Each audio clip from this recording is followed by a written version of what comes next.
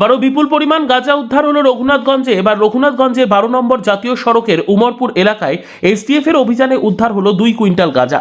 এর পাশাপাশি গ্রেপ্তার করা হলো মোট 3 জনকে। ধৃতদের নাম প্রকাশ দাস, বাড়ি কোচবিহার, নূর ইসলাম, বাড়ি সাগরদিঘি ও মোহাম্মদ শেখ, বাড়ি ইসলামপুর এলাকায়। ধৃতদের কাছ থেকে উদ্ধার করা হয়েছে প্রায় 2 কুইন্টাল গাঁজা।